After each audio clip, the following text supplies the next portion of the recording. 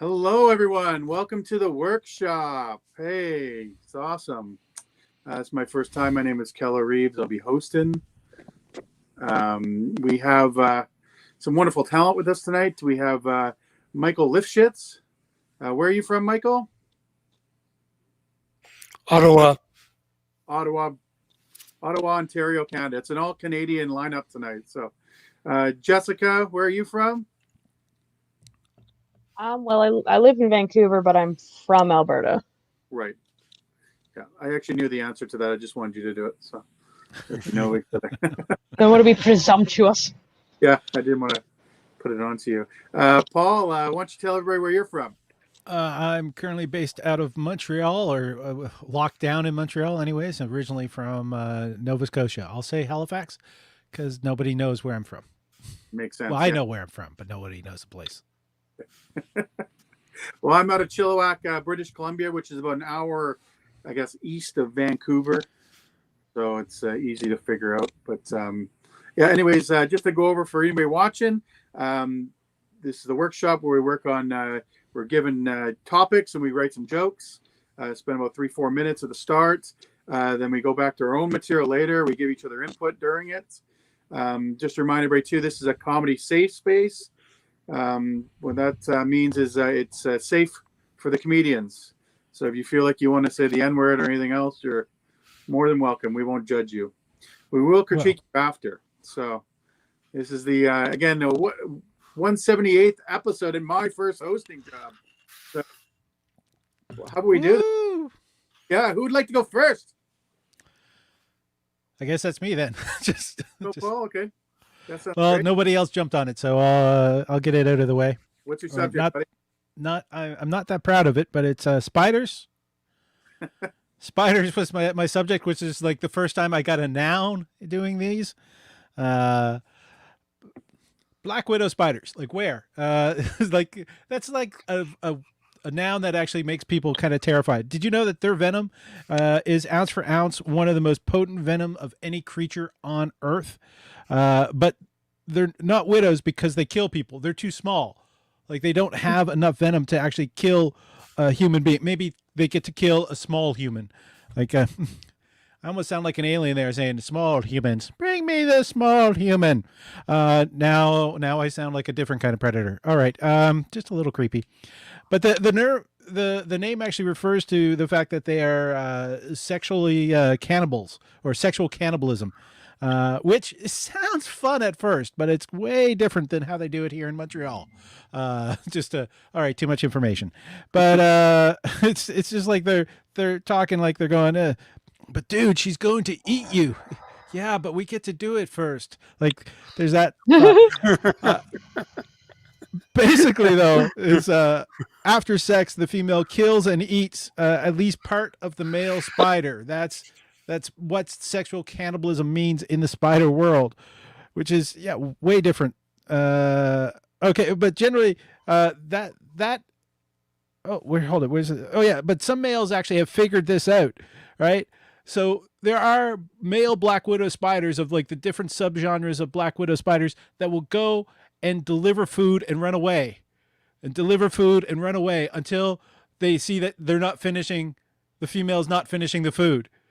Right, which is pretty much, it's like if your partner is on their period, that's kind of also the safe way to do it. It's, no, I'm just delivering chocolate. Don't bite my head off, which is one task to take that to. But there is, that's it. 32 different widow species that are commonly referred to as black widow. 33 if you include Scarlett Johansson. 34 if we keep our fingers crossed for Melania, sorry. But the worst venom out of all of them, can you guess where the worst venom of any type of these widow spiders is? Australia, of course, it's Australia. I mean, of course, the worst venom, the Australian breed, the redback spider. It causes nausea, vomiting, cramping that lasts for days, pain that lasts for weeks, including painful like fire like shooting through your veins or through your body. because like Australia, let's face it, even their dogs will steal your baby. Like Australia is going to have the most vicious of the spiders. That was a cheap joke, I know. Dingo stole your baby. But I don't know if you remember the news story about Jordan X. They never gave his last name just to kind of protect his identity over it, all of it. He was a construction worker in Australia, and he decided to take a little short journey to the porta potty. And when he sat down, bam, spider bite. Like he got the most credible, painful feeling. Like it's considered one of the most painful nerve toxins anywhere. It bites you. Imagine a bad traffic jam on a country road. You know, it's annoying. An 8-car pileup on the main thoroughfare of a major city. It's catastrophe. Yeah, basically, he got bit right where he had the largest collection of nerve endings ever. Like his penis swelled up, which originally apparently his wife was happy with, but no, it just kept on swelling. He had to be rushed to the hospital. He was hospitalized for a month. He claimed it felt like he was on fire, like he had super chlamydia, which made his girlfriend very unhappy that he knew what having chlamydia felt like. But like he was fucking a light socket or fell dick first in a volcano. Just to jump ahead on this, he was in the hospital for a month and a half, but he wasn't cleared for work again for another 2 months. No idea about the mental trauma, but he finally went back to work. His coworkers mentioned that he like was avoiding the porta potties for a long time, but after that, at the end of that first week, he went to use the porta potty again. Boom! He got bit on the dick again. Like at this point, like was the workers' comp people thinking it was a fetish? Like was his boss believing him? Is like how bad is the job site that he'll do that to get off? And I'll leave it there. I got more stuff to go with it. But Hey, yay, ending. did you want to keep going? I sort of jumped a little bit of it, but yeah, he went back to the hospital.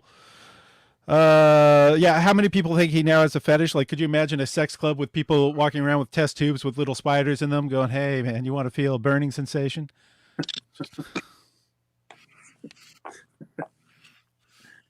That was great. Spider, anybody want to put some input in first? Give some critiquing. I could start with you. Hey, look, I like the ending of that. I just like how long was that guy's dick to get like inside the porta potty? Like how far down to get dick? Excellent. Or was it like, you know, right? Because you would have looked at the rim, right? Yeah. I would second time, yeah. But your lines are probably better than mine. But yeah, I kept waiting too when you're talking about Black Widows. I just kept, like who's died? Who's a widow that's black that's died? Like I just thought of it more. Anyways. Yeah, it was just my thoughts there. But yeah, I wasn't going to make a Magic Johnson joke if that's what you were going for. What? I've been hanging in for how long now? Kobe, because we're gonna, yeah. Yeah. Oh, Kobe Bryant. Yeah. Too soon.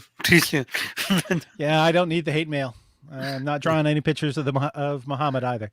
So, any input? Go ahead, Jessica. So I like the stories. I like the way that you took where you took the prompt. I thought it was creative. One record, like one thing that I found most notable about your writing was one, pacing, and two, the amount of details you're adding. You are quite possibly putting in too many details that aren't really essential to the understanding of the story and aren't really essential to us getting the joke. right. So you're spending a lot of time on your setup that makes it lag a little bit because you have these great punchlines that don't actually need that much information to them. Okay. Yeah, that So was like two I would drafts. mostly point out pacing. Mm-hmm. Michael can tell you, I'm usually like a slower paced comic anyways. Mm-hmm. So it's I like the hang a little bit. Yes.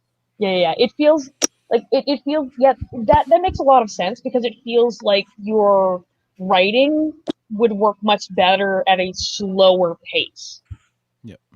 Or that it's more suited to a more leisurely delivery. Okay. Thank you. That's good feedback. Thank you. How Mike, are you gonna rip me a new one? Would I do that to you? Okay, maybe, but it's all You'd run it's over from my a foot. That's what you it's do. from a place of love. I've never run over your foot. I made you lift the chair, but that's a whole separate story. So yeah, I thought it was great. I love. I'm not a big fan of spiders, but you made them fun. So there you go. When Keller was talking about how long his dick was, I feel like there's a glory hole joke in there somewhere that I can't think of. I'm just saying. But yeah, I think maybe cut back on some of the details. But I also think you have a lot of room to play with it even more, like workers' compensation. I know you touched on that a bit. Um, maybe something like imagine the reaction of the worker compensation board if you're doing it in Montreal. Something about put on a funny French accent. The guy from CSST. CSST is workers' compensation Yeah. in Quebec, right? I haven't. I haven't been gone that long. There you go. I still remember some stuff, but yeah, I think there's actually room, and that's a nice thing that I think that you have room to build out more stuff and add to it a little bit more. So that's kind of cool. Yeah, spiders was broad enough that I was able to sort of like if I narrowed down and kind of went with one story, and that's actually a real news story, which I sort of just embellished on. Keller, when you gave me the advice, like how long it was, how it dangled, I wrote down after that, it was like how tantalizing did it look? what, did the, what did that black widow spider think it was getting? Got a giant meal all of a sudden, right? Yeah, that's a big grub. yeah, you're right. That's like an odd thing they'd go after. That's funny. Well, is a snake wearing a sweater? Okay. For Paul, I like that. Was good, Paul. Anybody else want to give anything else? That's it. I guess I'm stuttering over my words already because I'm nervous. I keep looking at my face too. I don't know why I'm so like. Is this all working or what's going on? It's really bothering me for some reason. But hey, if anyone's tuning in, just say hi in the group chat and tell us where you're watching from. Sorry, is that that's one of the things? Anybody want to go second here? I guess we're all done with Paul. Unless there's anything else. Jessica, would you like to go? Marvelous. Yeah. You. I will start the timer now. So my prompt was wolves. But the thing is, I don't actually have a lot of ideas about joking about wolves, but it did remind me of a name, namely Wolf Blitzer. He blitzes wolves. That's how he got the name. I've always thought that German names are way cooler than English names. Like English names are stuff like, "Oh, I'm Jessica." Where does it's from Shakespeare. It's lame, boring. You know the name Wolfgang? Wolfgang. They are named after a gang of wolves. Way more terrifying than a single wolf. But German, if you're just listening to German, it sounds terrifying. But German is actually adorable. Like, not the accent, obviously, because that shit is terrifying. I blame half a century of American propaganda because everything said in a German accent sounds straight up sinister. A German could say, "Hello, Miss Jessica, how do you like this soup?" And I would just assume they had poisoned me. I mean, it's delicious, Heinrich, but I can't help but find the experience spoilt somewhat by the knowledge of my imminent demise. What's cute about German is the grammar. Because when you want to make a new word in German, all you do is stick two existing words together like Lego blocks, and then you have yourself a brand new German Franken word. So you take a word like hand, which means hand, and a word like Schuhe, which means shoes, and then you stick them together into Handschuhe, which means gloves. And they also have the word Kummerspeck, which means a layer of unnecessary fat gained through emotional overeating.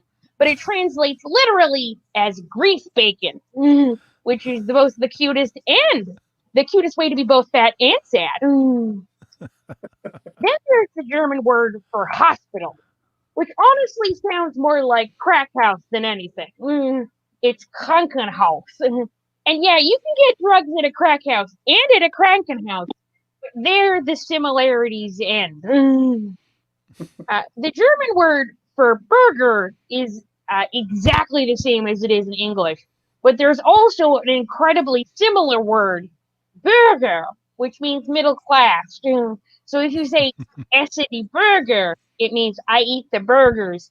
But if you say ich esse die Burger, it means I eat the bourgeoisie, which is really more of a threat than anything. More of a Bolshevik resolution. And that's all I have. Great job, Jessica. Wow. We want to Yeah. put in German. I'm putting my degree to use. any input, anybody there? The Wolfgang could probably have been expanded just to give descriptions of wolf gangs, like, you know, they're riding motorcycles, they've got matching back patches, you know, or it would make the jet. Hold it. What is the Jets in the? Oh, Like- from West Side Story. It's West Side Story. Yeah, give a West Side Story spin. Yeah.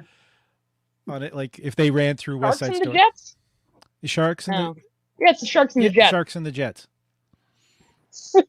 I'm The old. My Sharks memory's and the gone. Jets and the Wolves. Yeah. There's other than that, you have a very strong stage character. That was brilliant. Yeah. Would you believe that? This was a funny thing. I originally picked that persona because, like, I thought that I was intimidating people with my usual one. And then people were like, "Oh, I also love It's Pat," and I'm like, "What are we talking about?" There was Whoops. a little bit of It's Pat, a little bit of Gilbert Godfrey, a little bit of oh shit, I can't remember her name, but there's it's different enough from all of those that it's unique to you. That's great. Yeah. I wrote down best German accent ever because when you first did that one in English, I thought it felt so funny and soft the way you did it. I don't know that one phrase you said in English, like when you're the very first German joke you had or something like that. It was Hello, Miss Jessica. How did you like the show? It's a Bavarian accent, actually. very well, yeah. Yeah, More- so it's very soft and fluty. Hello, I'm Klaus. I love the bourgeois joke, the burger. I can't do it properly, but burger. I think the more emphasis on the U or whatever. Umlaut. I mean, as a Jew, German accents fucking terrify me. But that's a separate issue. Which, by the way, when you say that American propaganda, if you want to throw in a line about they kind of, maybe their history leads a little bit to that, but that's up to you. That's the only thing I thought of. But yeah, I liked it. I like the accent, and I applaud you for that because I know when I do voices, it just sounds like me saying, like it doesn't sound any different. So I applaud you for actually being able to do a voice because it makes it more credible. And like you can almost picture sitting there and having this guy ask you about the soup. But yeah, I thought it was really good. I like the play on words. I thought it was great. Really good stuff. Yeah, it was great. I also liked your grief bacon joke. I don't know. Yes. That one was the favorite word I ever found in German was like grief bacon. I'm like, emotional overeating. Yes. Not a grief bacon over. Who has not overeaten is it grief bacon? or grease? Grief. Grief. Oh, that makes it better. Sorry. Grief bacon. I was hearing like bacon. Well, it's just bacon grease reversed, but no. Oh, grief bacon. No, Okay. like the layer of fat that you have gotten from COVID sadness is grief bacon. Yeah. It was there pre-COVID. Mm. That was great. Are everybody done with Jessica for now? I think so. Cool. Would you like to go, Michael? Or would you like me to go? Sure, I'm going to go because I'm already regretting not going first after those two great sets. Suck So, up. wait a second. Go. I don't have a comeback. Okay, so we've kind of come full circle because a bigger problem for spiders, Paul, than being eaten by the female? Think how much money they spend on socks. So, my topic is socks. And I know we have 3 to 5 minutes to tell jokes. But being an amputee, I feel I should only do 1.5 to 2.5 minutes. Yeah, so that's right. I am an amputee, meaning I have only one real leg, which is fantastic because socks last me twice as long. Well, I do wear two, but like one never gets changed, right? It just sort of disintegrates over time. I realize that some will think, oh my God, that's disgusting. But to those people, I would like to say it's an artificial leg. It does not sweat. It does not get smelly, especially when I polish it with lemon pledge. Lemony fresh. Trying to get inspired for jokes, I Googled fun facts about socks, and I actually found out that in 2011, researchers established that the average family of 4 will lose 60 socks a year for a cost of £240. I feel the obvious question is why the fuck are people researching this? Like, did they actually get a grant to study this? If the grant was more than £240, I feel like that is not good value for money. Was this the biggest problem we need to solve? We solved missing socks. You may still die from cancer, but at least your toes will be kept warm. With apologies to Terry Fox for that joke. A little dark, a little dark. Okay, I was trying to figure out what was too far. I do feel that I'm missing out though because I always wear black socks, right? Because the same socks, so I don't have to change them. But then I don't get to show my personality. Although I feel some people go a little overboard. The latest I saw is that you can get a picture of your pet on your socks. Dogs already eat your socks. Do we really need to make them think it is theirs? So there actually is a sock etiquette, apparently. So according to traditional etiquette guides, the sock color should match the color of the shoes and or trousers, but should be at least one shade darker than the trousers and one shade lighter than the shoes. Who the fuck has this much time on their hands that they're studying people's socks that carefully? Like, honestly, is that the biggest problem we have? Like, we've got people marching in the streets chanting Jews will not replace us, and people are worried about the socks. Like, maybe that'll be how, instead of, because obviously we can't do voting because that takes forever to figure out, just vote by who has the best socks. That's going to be the next decision. And that's all I got. Yeah. Woo! Good job. Sock. Hey.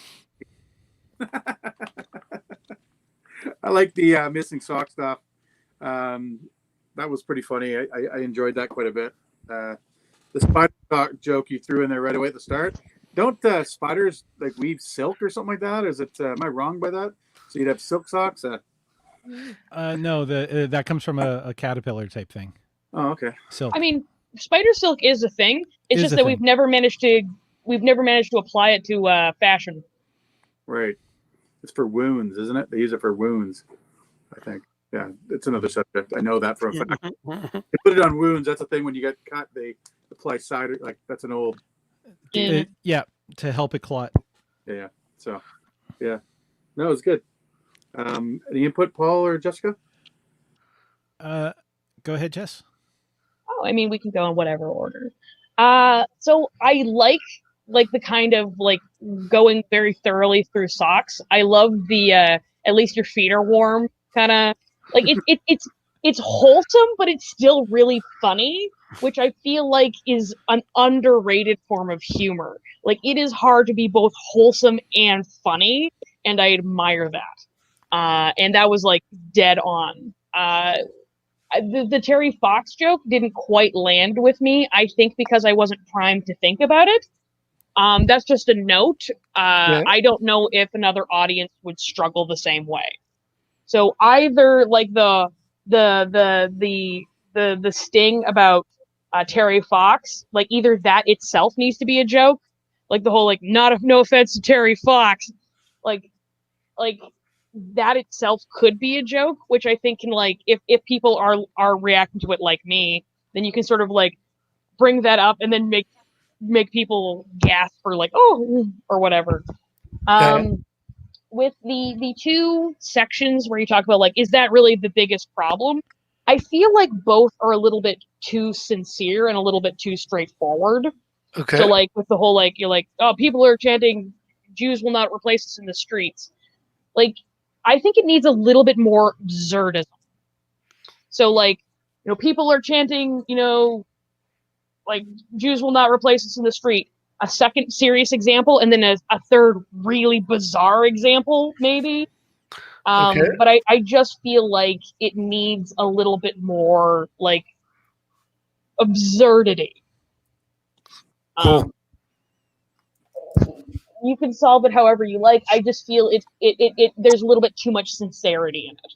Okay. Those are some good points, actually. I really didn't think about that.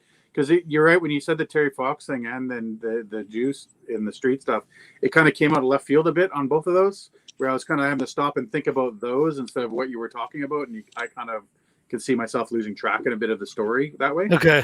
If that makes, but Yeah. I really didn't think about that till Jessica said it. At least remind me of my way of interpreting it. But yeah, but to keep with the flow sort of thing, right? Yeah. Oh, maybe you have some better stuff to say than I do. I actually now I feel like I don't. I do have the advantages that I work with Mike a bit, and I could feel like some of your usual putting down people who don't understand you, and like the fact that you are an amputee.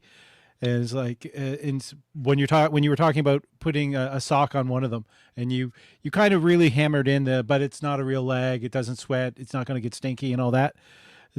Have somebody suggest to you, but why don't you just paint a sock on one of your legs? Which one? I hope you mean the artificial one. Just that's a tattoo I don't want to get. And then you can go into the different sock colors and stuff and such. And then when I felt it was a little weaker when you got to the end of instead of saying who's got the time about matching the socks to the shoes or the pants, I'd be going, because every every major social event always ends with somebody going, he was nice, but his socks did not match his shoes. Like, oh, we got to write him off. Like, Gandhi's socks just did not match those sandals well. So really have to question, his authority on being a good person. Or Is a gown, I guess. Yeah. Towards that way. It's not a sorry for males, but whatever. Yeah. Yeah, exactly. And actually, because one of the interesting facts was that Roman used to wear socks with sandals, and they're like, see, even in Roman time, they violated the rule of wearing socks with sandals. So yeah, there's definitely something with Gandhi. I don't mean necessarily Gandhi, but the he was nice, but the socks clashed. Yeah. Actually, I like that thought of Gandhi doing that. Gandhi. He's got the East Coast accent on it, eh? Gandhi. I heard you guys, and I can't help it. it just rubs off of me. But no, I just was thinking about Gandhi wearing like bright red socks out there, and just Oh, can you imagine like important historical figures wearing fun socks? Like yeah. Abraham Lincoln has like duckies on his. I was picturing palm trees with Gandhi. Just Oh, that's a funny thought to have in your head. Okay, was there any more input for Michael here for this? Should we move on to myself? bring it, Keller. Okay, I got to start my timer. I got to cough in my own house because it's not going to get anybody affected. Okay, let's go. Okay, my topic was petting zoos. Okay, and my first thoughts, sober thoughts, were I just started writing down some fun facts I knew about it. So the only petting zoo I've ever been to was the P&E in Vancouver here, and I always remember this massive cow named Big Bob they had there. He was giant. He weighed about 3,500 pounds. And he used to tell you how much it cost in hamburger all the time. But like I did the math because I'm good at math, and in today's market, his weight in hamburger would cost $14,490, and that's pretty much a 2016 Corolla. Right? So yeah. Here's where I rolled a joint because I couldn't think of anything funny, and I just went on a tirade. So who should be in a petting zoo is my 13-year-old daughter. She's talking to us like we're stupid stage in her life right now. 13-year-olds are very taxing. And then I went on a big bitch fish, and I'm not going to go on because that takes at least 15 minutes. But this is my night of getting stoned in the afternoon. So here's where I really started to feel the weed on me. Petting zoos seem like a good place to deter future sport hunters. Hey, look, everybody, you can pet your favorite animal while they're still alive. They'll even let you pose with them for pictures for as long as you want, as many pictures you want. It's just don't bottleneck. Just keep the line going. The only bottlenecks we like here at the petting zoo are the llamas. So maybe that's the thing behind sports hunting is that hunters don't want to spend the time photoshopping little kids out of the background of pictures. Oh wow, look, a moose! Blam! Click. Oh look at that elephant, so majestic! Blam! Click. Oh look, a lion! Blam! Come on, everybody, let's go cuddle the corpse. Click. It's getting weird on me. Yeah. This is me getting more and more stoned because it keeps hitting me because I like to write this way. Does anybody else feel that the Proud Boys are just some 60s type hippie hunting group? Let's beat up the hippies, those dirty, stinking hippies, you can tell the Proud Boys, they took that song, Okie from Muskokie, way too seriously. That's a little inside joke. Okie from, okay. This is where I'm absolutely blitzed, and I got back to some of the things. My dogs, they bark at everything that walks by my house. I wish they're more like my cats. Instead of barking at strangers, they just scratch an eye out and never tell me about it. As much as I need reassurance, I need reassurance. I never should have wrote that word down because it's so hard to say. You know what? Forget that joke. It's not working for me at all. We'll move to the next one. I'd like to point out that this is the part of the night where I wrote a rap, but chose not to put in writing because of liability issues. Here's my son last night as I'm trying to write. I heard some loud complaining, so I went kind of investigate in the living room, and Jessica may understand this a bit. So what happened is the microwave broke down yesterday, and he couldn't cook his clam chowder in the microwave. So I had to deal with this because he has autism. He has to have it his way all the time. It's like, this is the only way it can be done. So he kind of stormed off, and I took his clam chowder and put it in a pot and cooked it on the stove, then poured it back into the bowl and stuck it in the microwave and told him it was cooked. And he ate it without any issues. That's how you get around autism. How I fixed him. I made cabbage rolls yesterday. The recipe that said it was passed down 300 years, but the ingredients included a can of tomato soup. I don't know, man. It just seems like yesterday they invented cans of soup. Before that, we had to make our own tomato soup from scratch and then add it to our cabbage rolls. I'm pretty wasted at this point. I'm just letting you know when I'm writing this stuff down. It's going that way. This is where I decided to leave the writing alone. Then I came back and wrote one more joke. Sex swings are for people with marionette fetishes. That was pretty bad. Okay, well, that's the time I stopped writing yesterday. I came back to it today. So I like to have all my jokes, and I do these things in order of how I wrote them because my thought process. Here's some stuff from today. I wonder if the animals are sitting around afterwards complaining about stinking like humans. Oh, shit, like Ohio. Sorry, that just makes me laugh because I think it's funny to be from Ohio and stink. Petting zoos and Barbara Walters have something in common. I wouldn't be caught dead in either of them. Yeah, and that's pretty much what I have for that petting zoo joke. So there you go. Thank you. Oh, it bored Jessica. Wow. She had the big yawn. I'm just tired.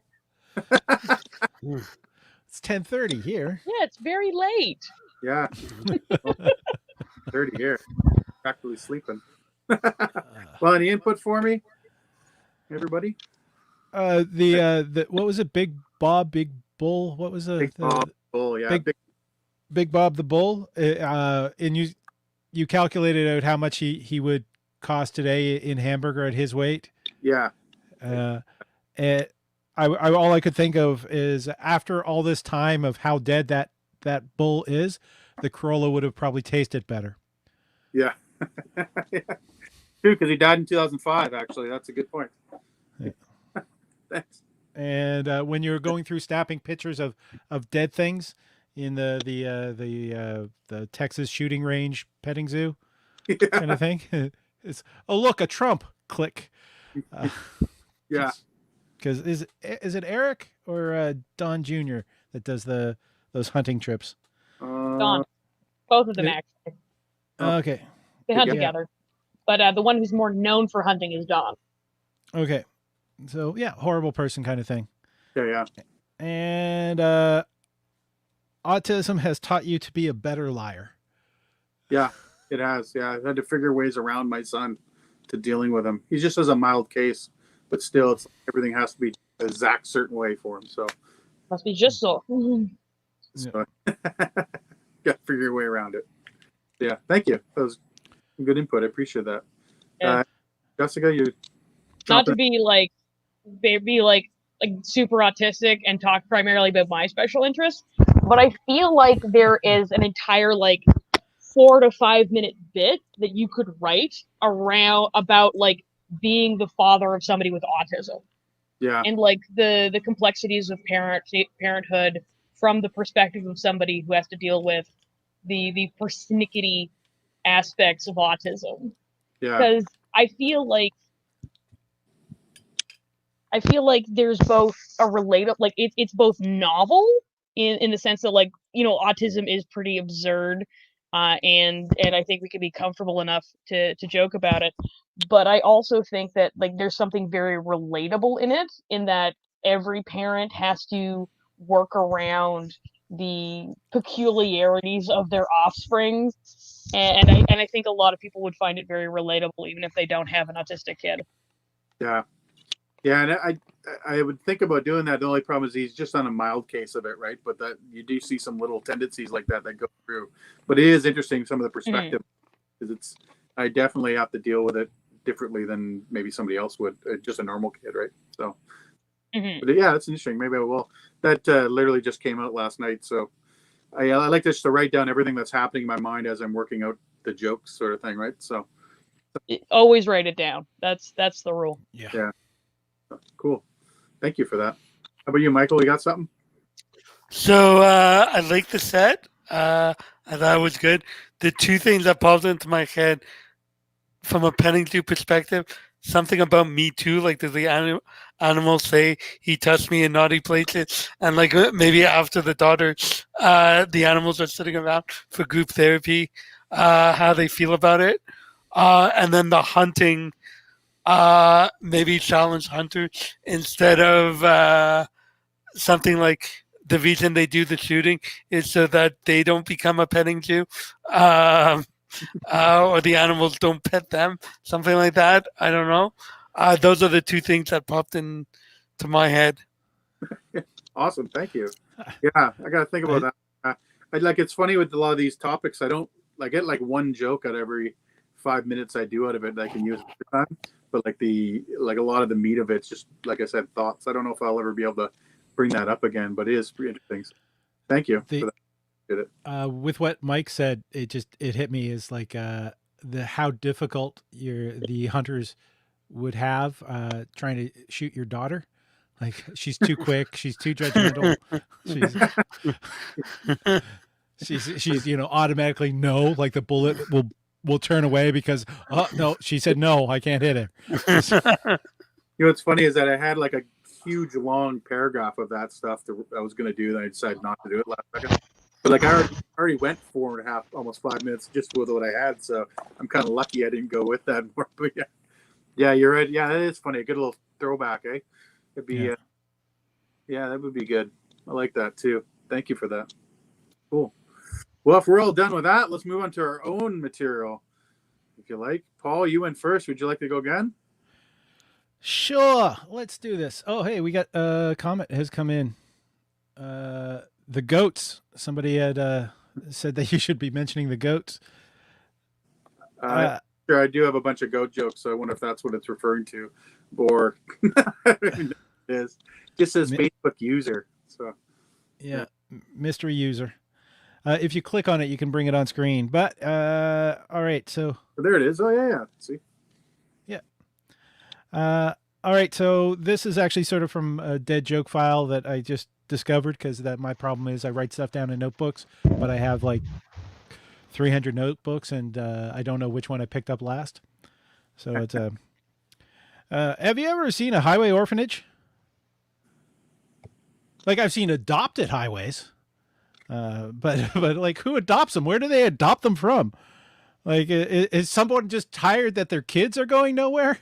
We're gonna get someone in the family that you can identify with. Like,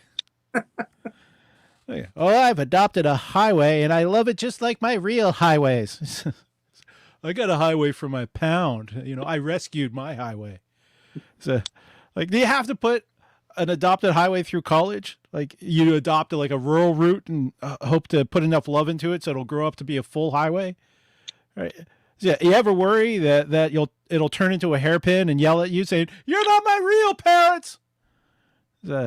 Is it all right to be disappointed if it grows up to be like a toll highway? It's like, that's like the strippers of highways. Hey, stick some cash into my toll box, or worse, get an easy pass. Which, again, this might be a Montreal thing. How many meth heads go down the rabbit hole of hoping for a visit from the Tooth Fairy? Man, when she shows up, I'll be rich. So, how many quarters do you think she's carrying, man?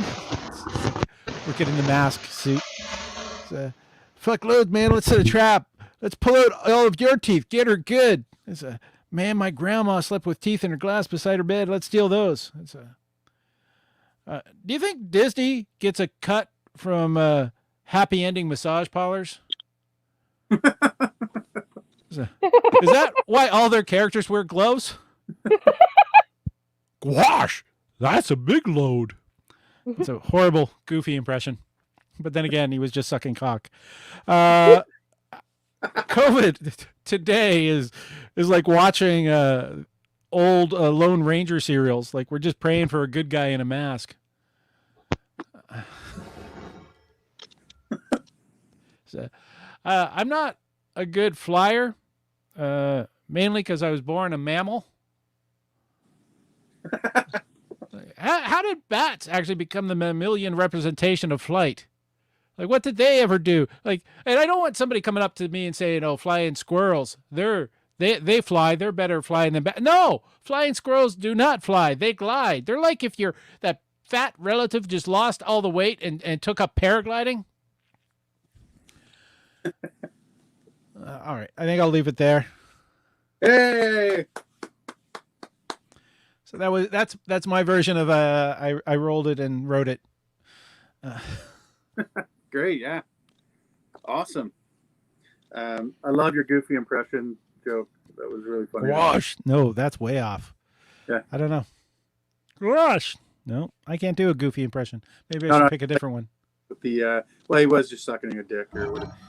Yeah. It caught me off guard, maybe last week. Yeah. I know she said got like a good Brett Butt kind of sound to you when you start on a play. I don't know if you noticed, but you kind of got that same a similarity to it. That's what I could hear. It's good. That sort of the slow pace, the hang. Yeah. That's what it reminded me of. It was actually I enjoyed all your little small one-liners. They're like I enjoyed almost every single one of them. The bat stuff, that's the first thing I thought of squirrels too when you started talking about it then. So it was good you addressed that. Got rid of it. Anybody else? Sorry, I should have gave a chance. Jessica, you'd like to go? I don't know if she can hear. What I particularly like is that with the adopted highway joke, the way you started, like, has anyone ever seen a highway orphanage? I really like that. And I really like it because it immediately provokes curiosity. It makes people ask a question and then you immediately answer it in a way that is genuinely very funny. I like that. It wrong foots the audience, but I think in a good way. I was thinking about changing the second line to instead of saying I've seen highways that have been adopted, to just saying I've seen adopted highways.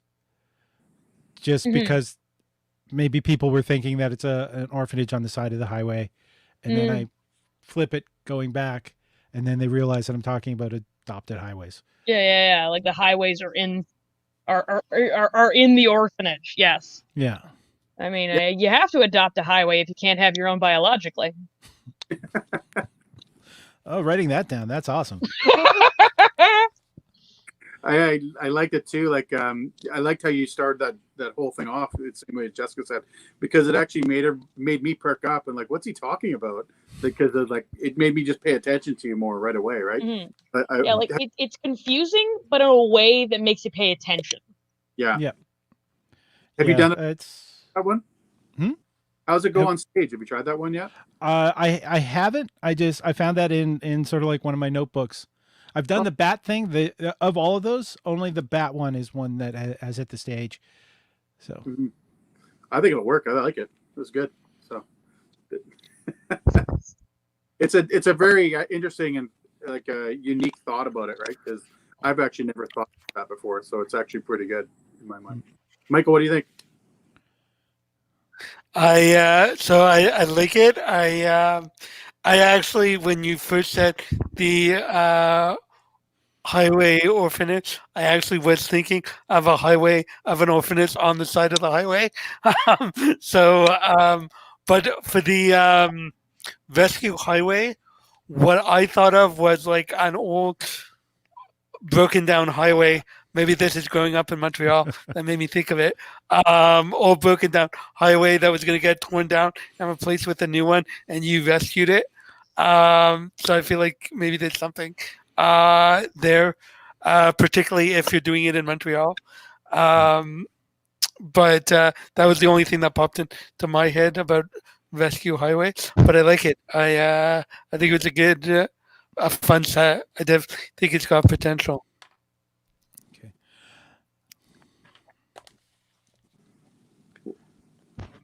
I just thought. Oh, sorry, Keller. I cut you off. No, I was just saying I lost sound on my end here. Please go ahead if you. Okay, I just kind of, it occurred to me when I was saying having the highway yell at you, "You're not my real parents," to change that to "You're not my real on ramps." I don't know if that's just too absurd or. You're not my real driver. Something like that. But yeah, like there's something to that. Okay.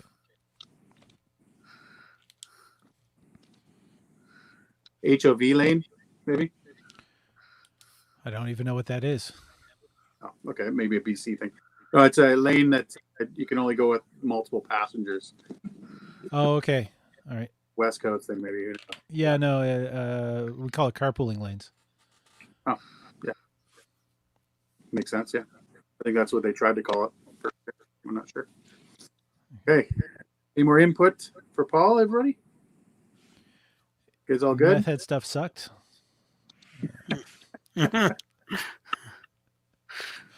Sorry, that was my voice. Okay. Well, why don't we move on to Jessica? If Jessica's ready, you can do anytime. Okey. On the way home from an open mic recently, a car stopped beside me, and the man in the passenger seat said, "You have a very nice face, just like my wife," which is both a surprisingly polite and deeply haunted thing to tell a complete stranger at 2 a.m. There is a 100% chance that guy has a box full of mummified faces in his pantry.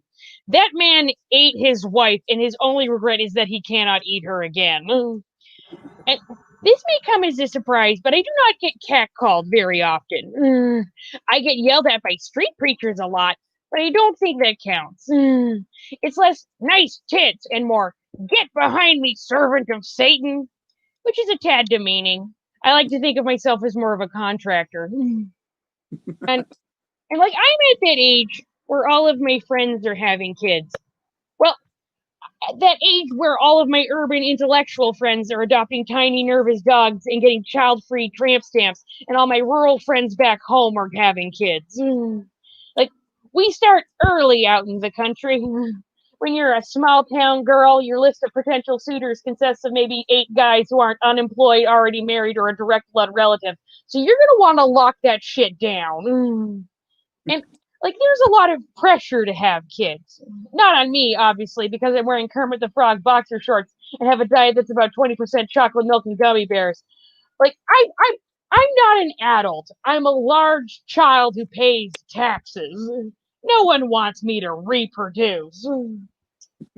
And my rural relatives are religious, like religious. So all of their kids have names straight out of the Old Testament. Have you met my cousins? Judah, Zion, and Beelzebub, Prince of Hell, Lord of Flies, Master of the Stygian Pit. You might think Archibald is an old-fashioned name for a baby, but as far as my family concerned, any name not carved into the wall of an Egyptian tomb is a tad modern. None of this white middle-class nonsense where you call your kid Nebuchadnezzar but you spell it with a Q. Like, taking a boring name and giving it a cute spelling has to be the absolute nadir of creativity. You're just complicating the paperwork. I want to do the opposite. I'll acquire a child, name it Jessica, and when people say, "Oh, your daughter's name's also Jessica," I'll be like, actually, it's pronounced come along. Let's get ice cream.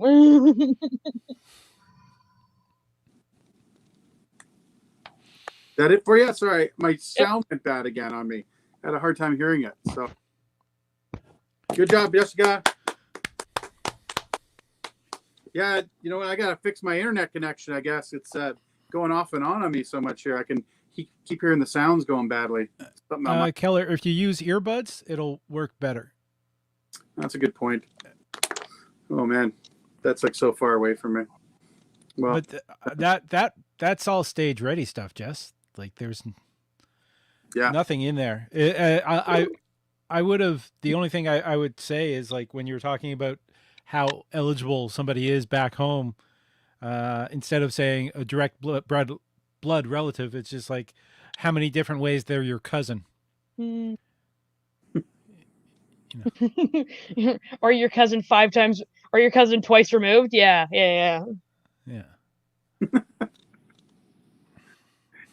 if they're both twice and 3 times removed, depending on which side of the family. I do also have another joke that's about my family. I usually say, you know, I was looking back at the old family tumbleweed, and I realized that I'm related to the same woman 3 times. Like, she's my mom, but she's also my aunt twice. You know what's unfortunate about that joke? It is technically true. It's through marriage, but it is technically true.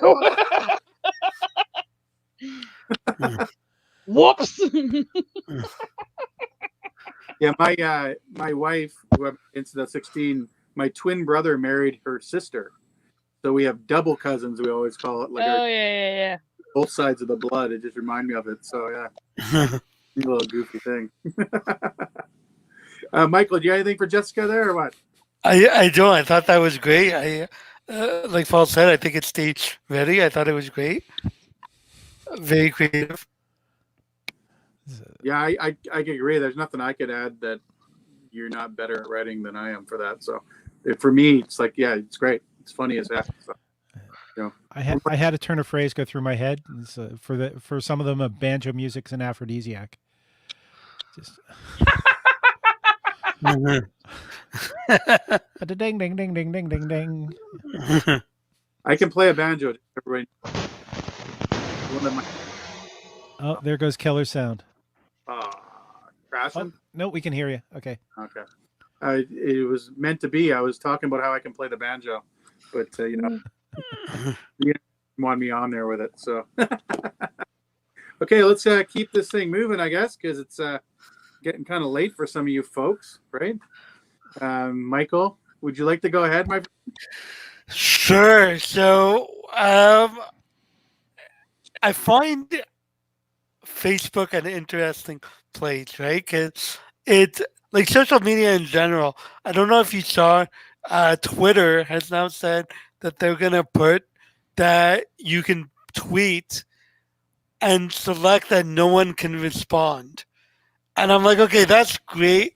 What social media definitely needs is the opportunity for people to share their opinion without any feedback or consequences whatsoever. I mean, what could possibly go wrong, right?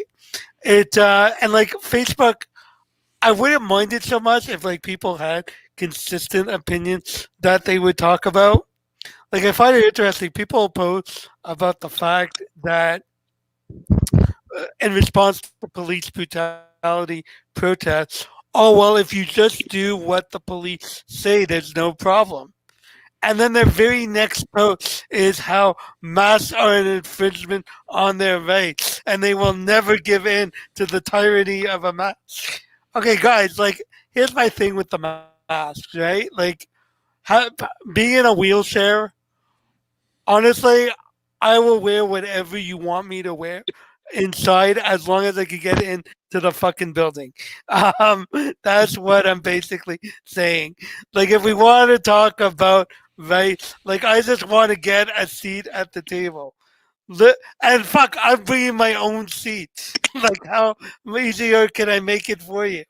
Um, Talking about bringing your own seat. It was interesting. So Simplex Odeon, when they put out their promotion, that they tweeted that you're going to now be able to reserve premium seating, but you have to pay extra for that. I replied that if I bring my own seat, do I get a discount? Which I thought was a perfectly legitimate question, but I never got answered, which I feel is rude. Um, but like going back to social media, what I find weird, like white shit, like putting out, oh, I don't care about whatever the topic is. Okay, clearly you do if you're taking the time to write about it. Because honestly, there's a lot of things I don't care about, and that's because I don't think about it or write about it. So if you're writing about it, doesn't that mean you care about it just a little bit? Um, yeah, I don't know. I'll be honest, it's been something I've been playing around with social media and making fun of people on social media. Like the one that gets me is when people put time to do a Facebook cleaning of my Facebook list. And I'm like, okay, realistically, unless this is like Survivor where you vote people off your friend list and the winner's gonna get like $1,000,000, no one fucking cares. Just do it. No one's going to realize it. That is the reality of it. Or like posting these posts. I want to see who are my true friends. Uh, okay, honestly, nobody likes you because you post shit like that. I fucked that joke up. But anyway, so that was pretty much what. Honestly, I'm getting tired. That's my bedtime, so I'm gonna end it there. Good job, Michael. Thank you. Okay, so any inputs? Jessica, would like to go first? Sure. So I like the framing, I like the ideas, but it feels like you don't do enough with the lead in. So you lead into the social media stuff with the fact that Twitter has the ability to restrict who can reply to tweets. And you sort of use that as a principal lead in to talk about, that's really what people need. Left, the ability to spout opinions and without feedback. I feel like there's room for a little bit more playfulness in like the idea of restricting who's allowed to talk to you. I talked about absurdity last time. I feel like there's room for playfulness there. Okay. And I think that you could definitely more so expand upon the idea of feed, like a vacuum of feedback. Like I feel like you sort of bring up that idea and then just chuck it away, and like it really needs to be expanded upon because like it's a fascinating one, which I think a lot of ability for social commentary and a little bit of Schadenfreude. So you said a little bit of what? Schadenfreude. I'm being very German. Sorry. Oh. There's a little for her like laughing at other people's hubris. Okay. I also feel like there's a lot of place for expansion in the list cleaning stuff. Okay. Like when people with people like like it's like spring cleaning but for racists. It's and like sort of like critiquing the way in which people, I don't know, the performativity is a useful term, as is virtue signaling. If you're on the opposite side of the political spectrum, they both kind of mean the same thing.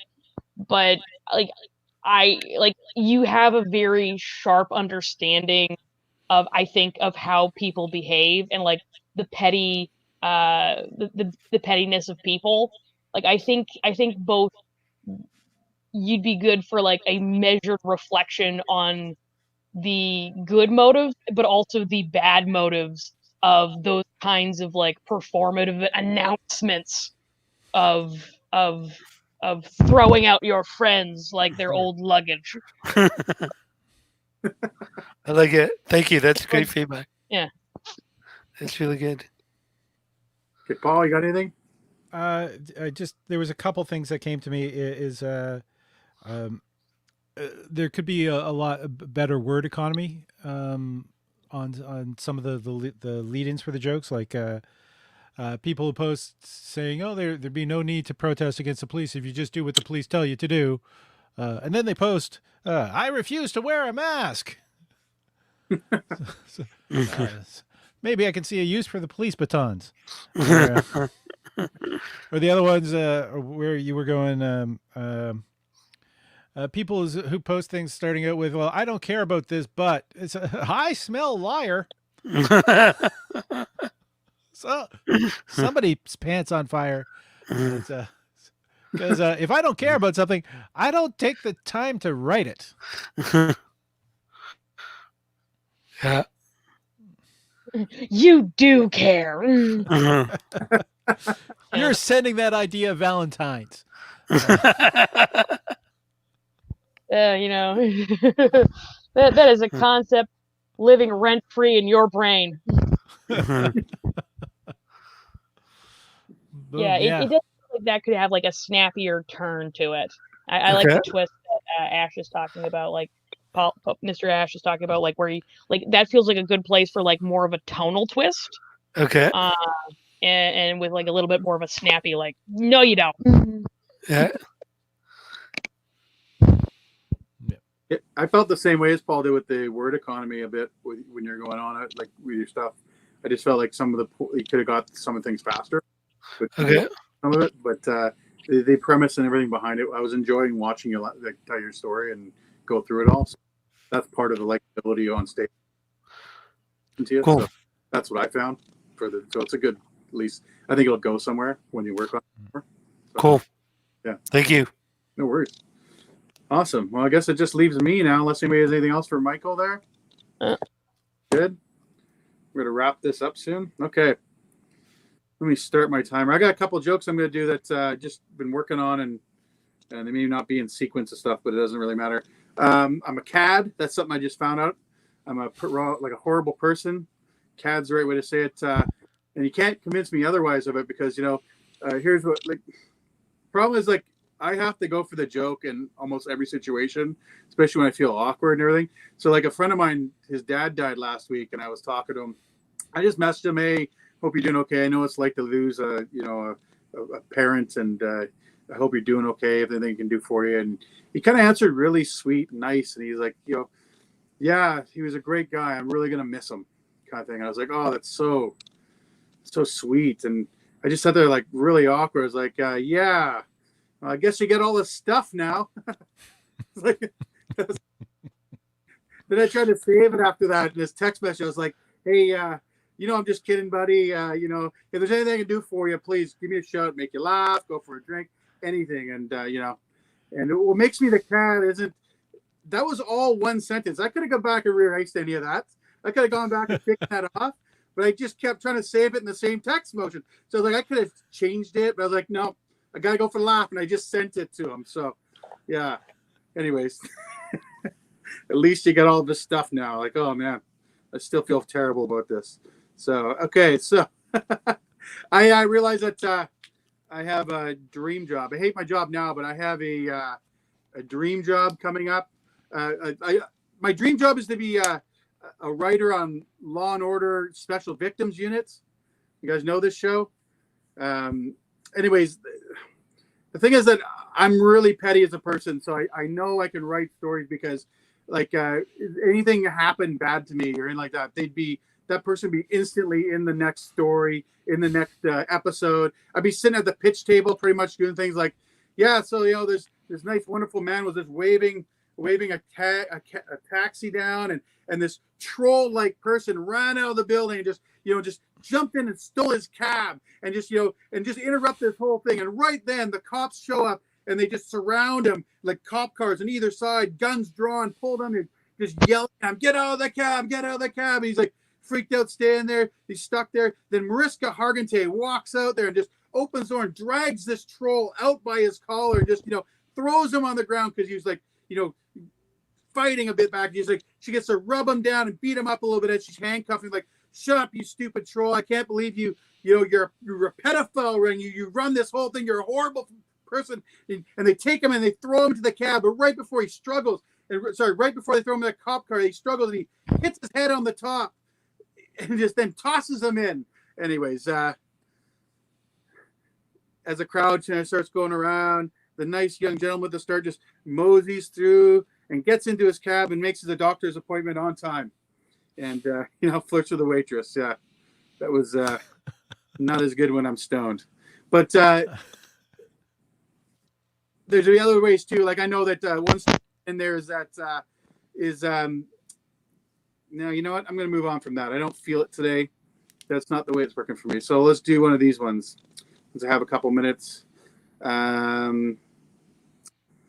want to try this one differently here, if you don't mind. I tried to break our world record recently. I heard someone talk to me about, they gave me, they use yo in a sentence too many times, they use yo way too many times. Like, I just heard them. I was like, I can beat that. And I just tried it. So the most I can come to, and that's how I got the gift. I got 9 yos in one sentence. So here it is. Yo, Londa. Goes in, your yo's on the ground, yo. That was 9 yos in one sentence. You can count it out if you like. I tried to get Eureka in there, but I can only get 7. And yeah. Anyways, that joke is still kind of working for me, but I'm all done. We'll end it that way. So, thank you. Laughing. Yay. Okay. Yeah. Hey, input.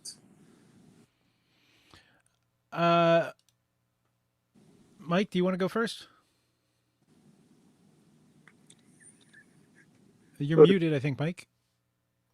Yes, it works better if I'm unmuted. Okay. You would figure this far into the pandemic, I would learn how to use technology, but apparently not. So I was a little lost on the SUV joke, to be honest.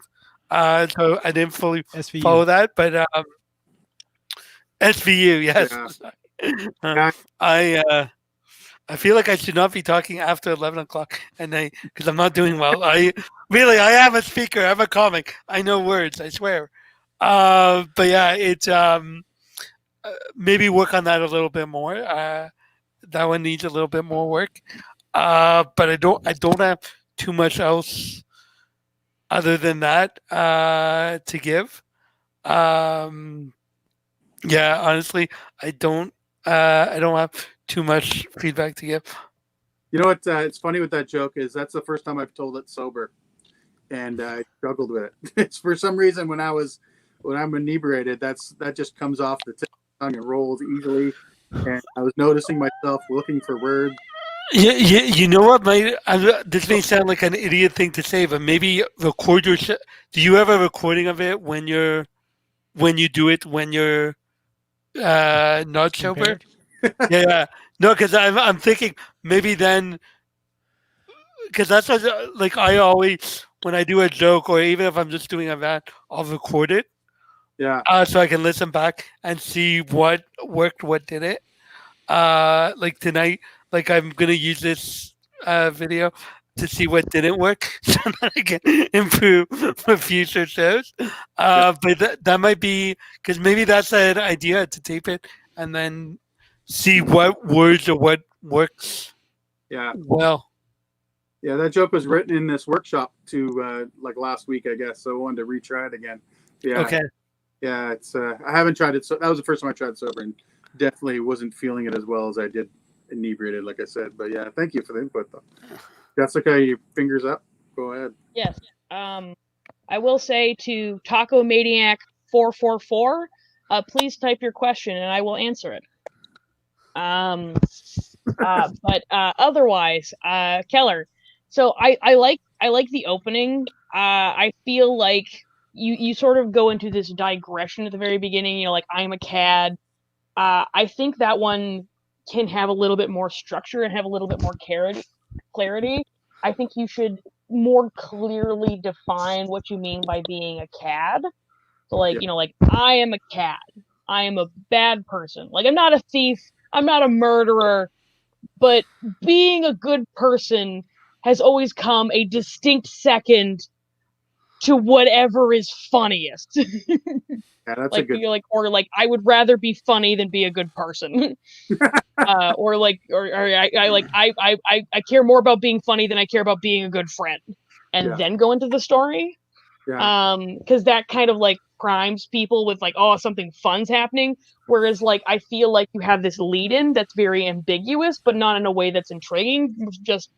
It's just ambiguous. Mm-hmm. But I think like you can structure it in a way that's a little bit more enticing. And gets people a little bit more engaged in your story. For some of your lines, I think they need to be a little bit snappier. Because like, you know, people do not need something as explicit as like, but on the bright side, you know, at least you get to have his stuff now. It's a little bit snappier if you're just like, you know, but on the bright side, free stuff. Yeah. So just economizing there and make it a little bit more. Yeah. Yeah, it happened to me a week and a half ago. That's all exactly what happened. So I was trying to figure out how to read into a joke and do things with it. So it's like, it's one of those jokes where like it's kind of raw in the sense that like you haven't stripped away the parts of reality that are inconvenient to the humor. Yeah, exactly. Yeah. I think it's said it once a couple weeks ago, and when it freshly happened, and this one, again, giving it a go. Unfortunately, with not having stage time, I can't really get some of these things worked out. It's a little bit tougher. So, yeah, but thanks for that. It does make sense. I will probably cut to the chase on some of that stuff. That's a good point. So, yeah.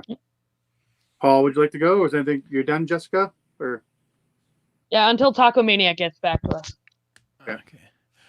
There was I just had a actually Jessica brought up something that I just wanted to expand on is when you're saying I just discovered I'm a cad, and for those of you who aren't English majors, what a cad is.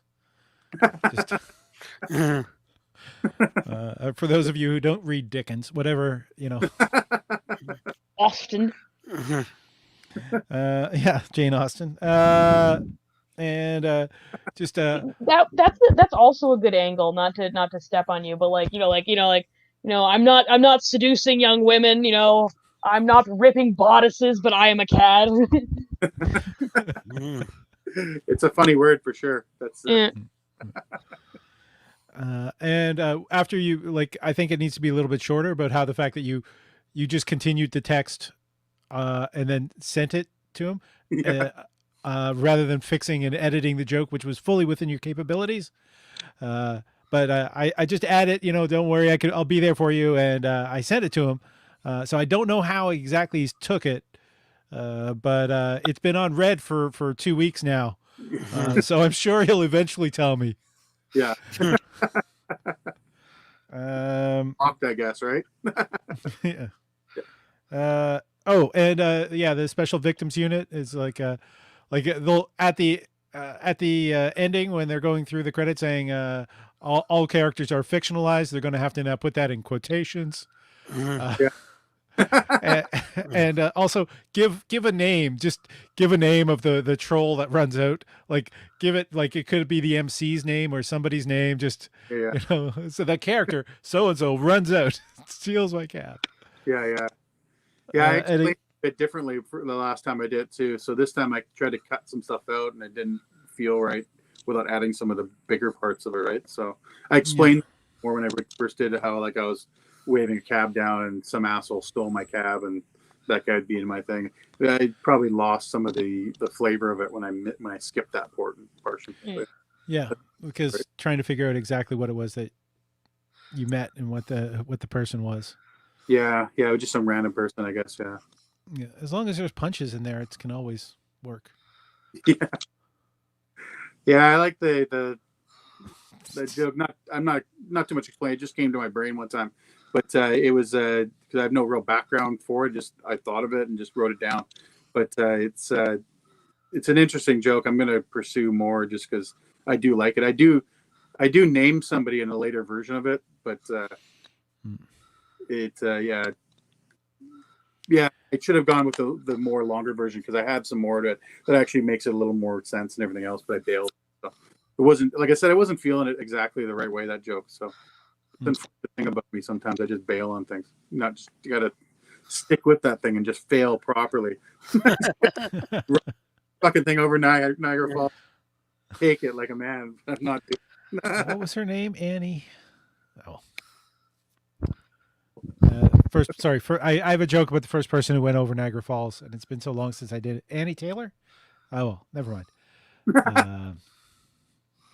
Well, I guess Tacoma Taco Maniac Annie Taylor doesn't have a question for you, Jessica. I guess Taco Maniac has maniaced out into the night. Yeah, unfortunately. Okay, well, thank you guys all for being here. That's another episode of, episode 178 is now in the books. Will any last thoughts? Anything you guys want to say? Thank you. Appreciate you guys showing up. Thanks for having me. Okay, everyone. It's for me, Keller, Michael. It's Taco Monday. Oh, I'm sorry. I should ask. Michael, where can we find you? So I had put in the Illumabilities. I thought Lifshitz was too hard to spell, so I came up with Illumabilities.